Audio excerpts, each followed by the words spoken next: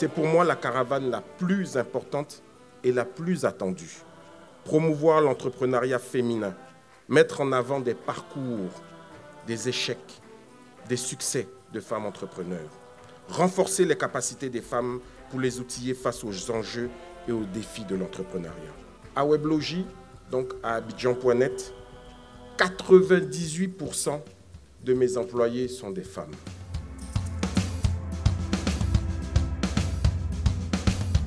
Si nous avons voulu prendre part à cette activité, nous voulons démontrer la volonté manifeste de l'État de Côte d'Ivoire de soutenir toutes les initiatives qui permettent de promouvoir l'entrepreneuriat féminin, qui permettra de favoriser l'égalité des genres et la lutte contre les inégalités.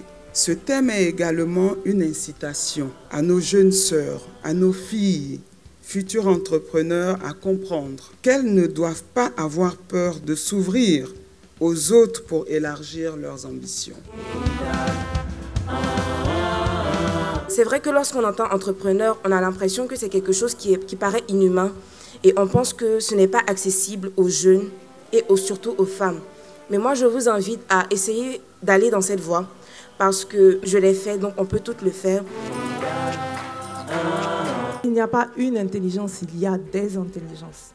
L'entrepreneur, c'est celui qui a cette capacité à vraiment se connaître, à travailler sur ses faiblesses et à surtout rebondir en cas d'échec.